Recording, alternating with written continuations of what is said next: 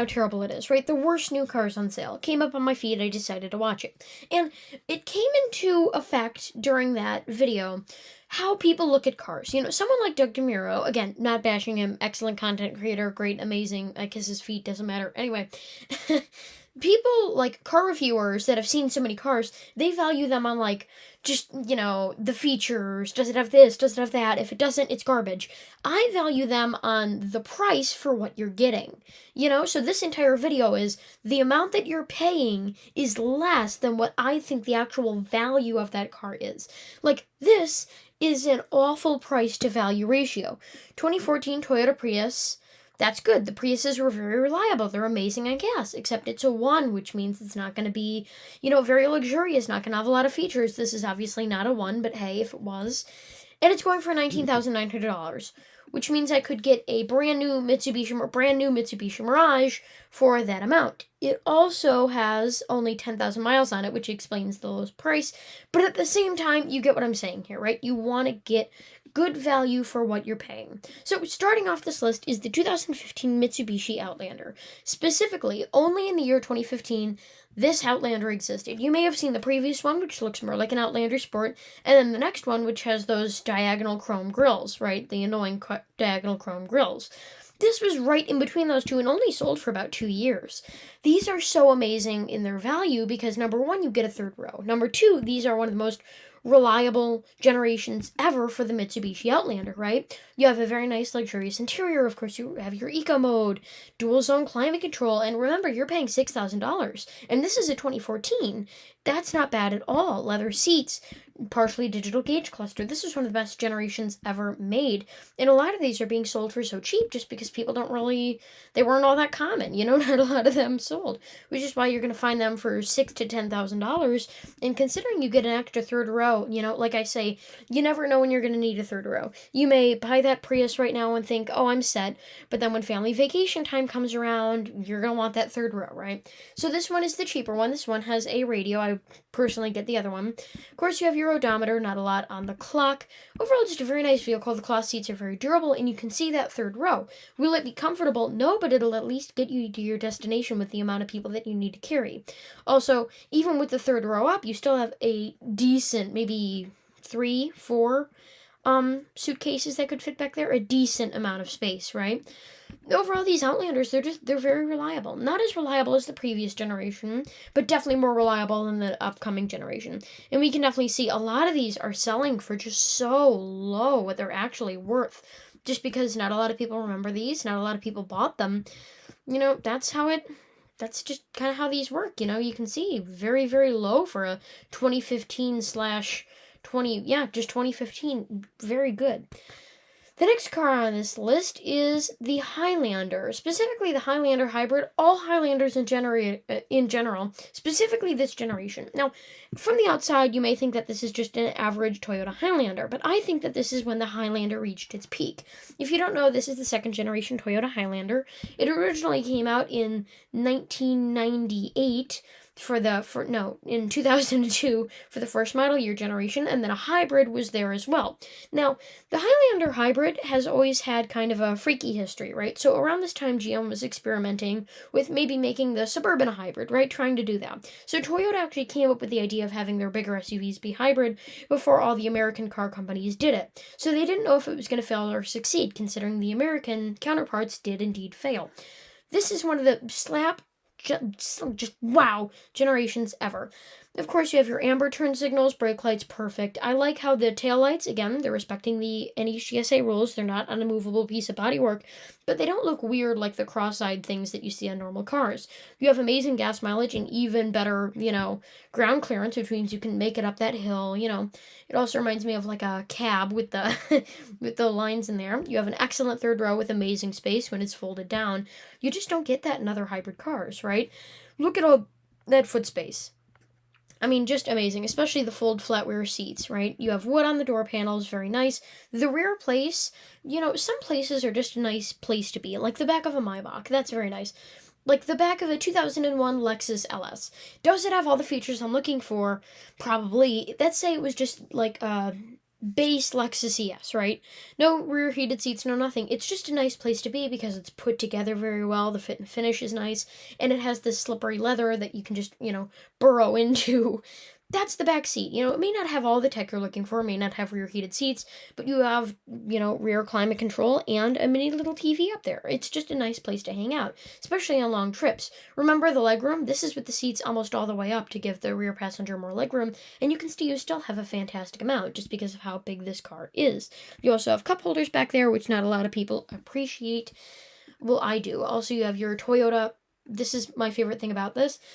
I used to have an older Highlander. Well, I I used to ride in an older Highlander. I have a roommate. He buys cars, fixes them, and then sells them. And I've ridden in almost every single one.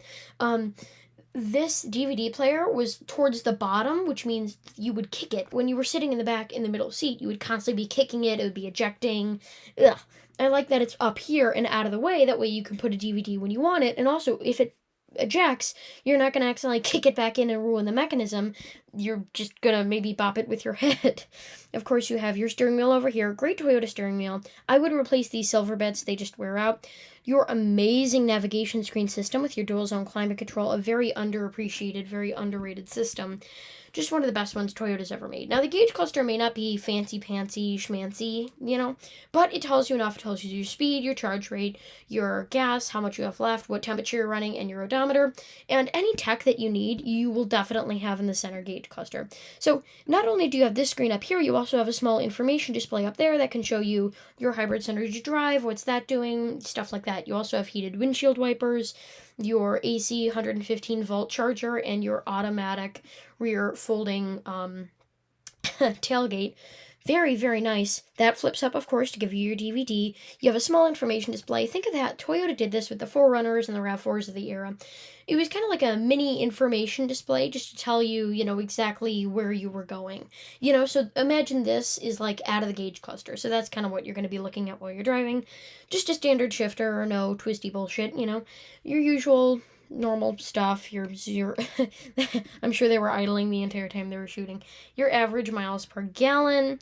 Yeah, very, very good. Not bad at all. Of course, it gives you all your trip information, steering wheel, all that happy jazz. I also find it fun how they use the hubcap from a Toyota Camry from 2007, of the date. These buttons are really chunky. Like if you have gloves, they're very easy to hold on to. And the wood isn't like, sometimes you get that scratchy, awful wood. This is the nice smooth one, right? You have your rear temperature control. Again, usually with all these buttons, they're all smushed together and they're hard. And if you have gloves on, they're very hard to press. These are nice, big and chunky. I remember my grandmother, when she was still kicking, was sitting in the passenger seat and she could press all of these big buttons perfectly, right? They're just big enough for her to see and press. So if you have an elderly person that will be riding in the front, they're gonna know how to change things and see the outcome. So of course you have your power button right there, classic press to start power button. Your heated seats, some of them did have heated and cooled seats. The cooled seats were very loud. I didn't really care for them, but it's old Toyota. Keep in mind, this is 2007. And this is an amazingly low price to pay. $8,500 for a modern hybrid third row four-wheel drive car. Yeah, this is the non-hybrid version of the same era. This is the cheaper one, so you're still going to have the screen, but you're not going to have the other bigger navigation screen. Again, just a very nice vehicle. You're going on holiday or somewhere, amazing car. This is, of course, four-wheel drive. It'll drive you anywhere you need to go.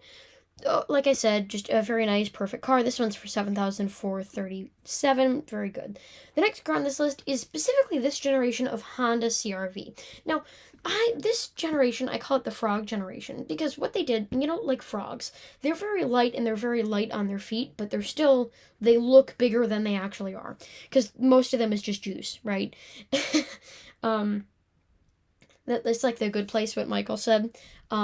Most of humans is just goo and juice, and if you take out the goo, they're dead. That's kind of what's grim, but that's kind of true. That's what these cars are. So we were coming out of the thousands, coming out of the 2010s. So those really light on their feet, really light, bony, sturdy vehicles. You know what I'm talking about, like the 90 CRVs and the 2010 RAV4s.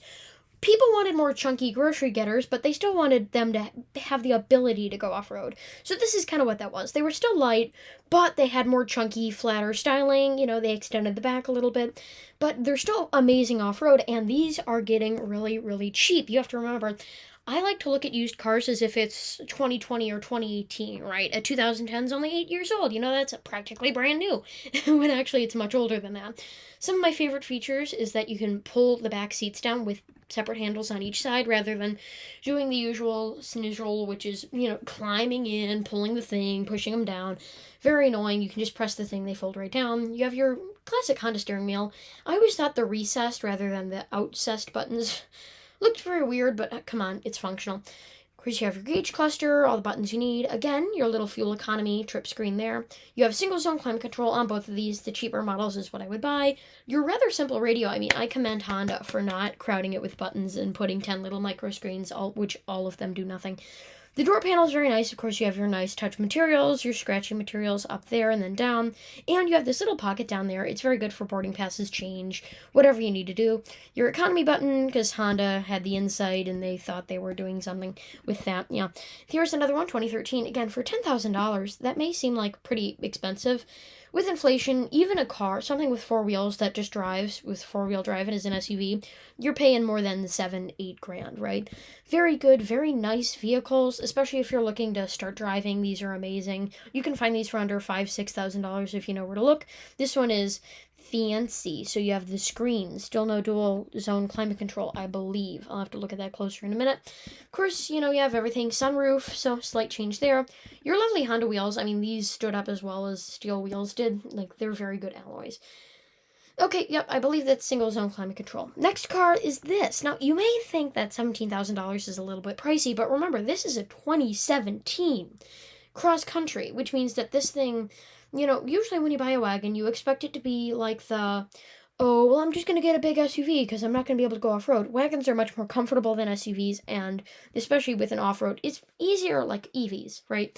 It's easier to make a battery better than it is to make the entire US power grid better, which is why I argue for hydrogen cars. If we fix the battery, completely renewable. That's it. That's the only thing holding us back. Like wagons. It's easier to make a wagon off-road than it is to make an off-roader comfortable, right? Like a wagon. The interior is very spacious. You have every single piece of modern tech you will need. All the gadgets and gadgets, you have your fully digital gauge cluster, your, of course, sideways vent. It's got to be weird. It's got to be a Volvo. Just an amazing car. The app, you have the driver's thing. You have what I really thought was very nice for Volvo is this little shifter there where it shows you and illuminates on the shifter. Just a small little thing that makes me very happy when I see it. Of course, you have your 90s sunroof vents, which is very nice. Volvo's always kind of had those. Your push to start right there. Your air vents looking more like a Dodge over there with that fake line. Just a very good. These cars are very stylish. And again, like I said, you get so much space in the back. Just a huge vehicle. These are very good. They're exceptional on gas. Just because they're higher off the ground, they're all-wheel drive. They're not going to do as well as you would expect them to do, but they're still not bad on gas mileage. They're not anywhere near a Tahoe, right? These are more Corolla than Tahoe. This one, of course, has your two-tone terracotta seats, which the RAV4 also did around this time. Just a very nice car. Of course, you have your sliding little bit there. Everything lines up very well. The panels are all perfect. It's a Volvo. That's what you expect from a luxury car. Like I said, $22,30, not bad at all. We're moving on to the last car on our list, and it's something that I'm sure you didn't expect. Now, sometimes cars are great value because, again, you have to stop looking at the looks, stop looking at the features, and look at what you're actually getting, right? This car is an all-wheel drive wagon from 2010 with only 98,000 miles on it, and it's below $10,000. Now, the reason why this is, a lot of people are suddenly buying these out of the blue just because a lot of people are selling them. This is like your Mima and Grandpa bought this to be like their last car, and now they're buying their Buick Regal or whatever and then selling the Outback. I've seen several different people listing them for sale. That's why they're just getting so cheap. They're very nice. They're very easy to buy. The four-wheel drive is great, and the interior is it's all fitting together very well. The leather's perfect. You have an insane amount of legroom, just because it's a super Outback. The hump is a little bit of an issue, but when you have so much legroom, you can just put your feet off to the sides. Of course, because it's a wagon, you have so much great rear space. I will say, I never really liked this, palette. It feels like, like a mask, you know, but everything's got to be there. And like, I like it when car companies kind of disperse the buttons throughout the entire interior rather than just making like where all the buttons are a separate color. But still, again, throw out looks. Just what are you getting? And you're getting a very nice car. This is a limited $8,000. Blue, of course, with your leather interior. Very just great, beautiful cars. These are always, and again, they're always super cheap with low mileage. They're just so amazing. Of course, you have your, sunroof for all the fun stuff, your driver information slash clock, and then you have all your other features down there, dual zone climate control. Just a very nice car, let's say you're riding around, going on a trip, this thing's going to be perfect. Your Harman Kardon stereo is also very nice. Pretty much all I have to say about these models. If you're driving, even like a lot of people are having families and you just don't have the money to buy something new, get a used Outback. You'll be perfectly safe in an accident. You'll be perfectly safe all the time. It's a Subaru. So with that, thank you for watching. Don't forget to comment, like, and subscribe. I think my next video is going to be about beginner off-road sedans. No, beginner off-road SUVs. I don't know. I'll think about it.